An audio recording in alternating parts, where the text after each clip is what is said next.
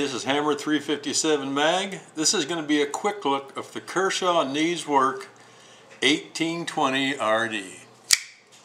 There you go. Okay, we're going to take a look at the specifications, the price point, fit and feel, primary and secondary concepts of use, and out-of-box sharpness and final thoughts.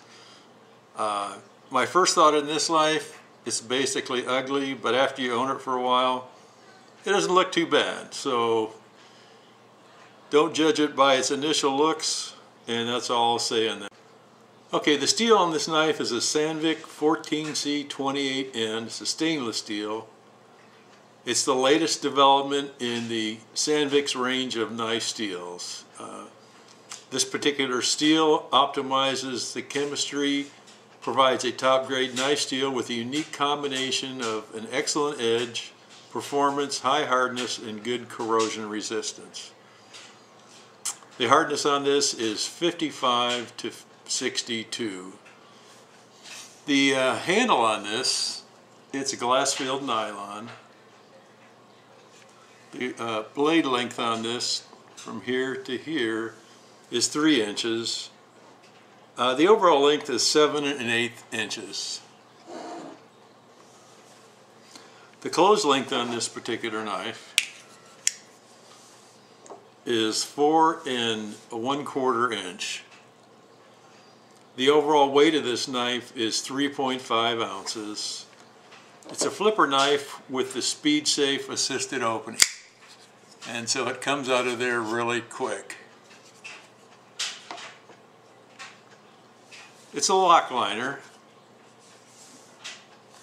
and you can see the locking liner in this, and it's in there pretty solid. It's about 25 to 33% of the way in, which basically says it's going to stay locked in there good, and it's going to have good stiffness in there.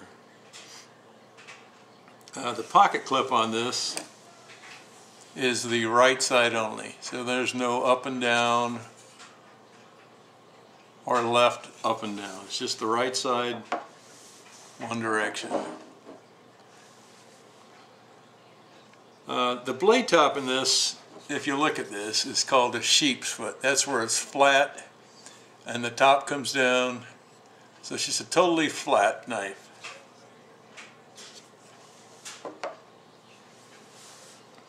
The finish on this particular knife is a bead blasted finish. This particular one is a hollow ground, so that usually means with the hollow ground it gets relatively real sharp.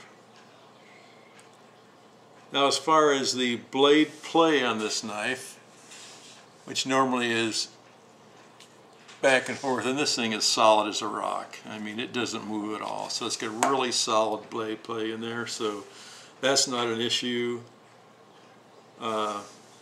Let's look at the blade retention. And again, the blade retention would be the ability of the knife to stay locked in position. Again, when you have a solid liner lock, like this one has, usually the blade retention is solid. So again, there's no movement in that at all. That blade's in there pretty solid. Let's look at the blade centering. So if you look in here, and again, this one's a little hard to look at, but the blade centering on this is pretty much right in there. There's not quite enough light to see in there because this blade goes pretty deep in there, but again, it's right about, it's 50-50, you know, we're darn close. So that's good centering, so that shows quality in manufacturing. Let's go through the fit and feel and the ergonomics on this. Okay, this one, again, it's, if you look at the size of the handle on my medium-sized hand, it fits in there pretty good. If you had a real large hand, it might be a bit small, but again, I like it. So it fits my hand real well. The only thing is that this clip is a little large. When I grab it like this, it had a tendency to bite into my hand, but again, since when we go through the concepts of use, I don't think that's going to be an issue. Since it's a nylon grip and the handle, you know, reinforced nylon, it's not really tacky or sticky. But with the texturing they put on there, you know, it does fit in the hand pretty good. But again, it's not going to be like a G10.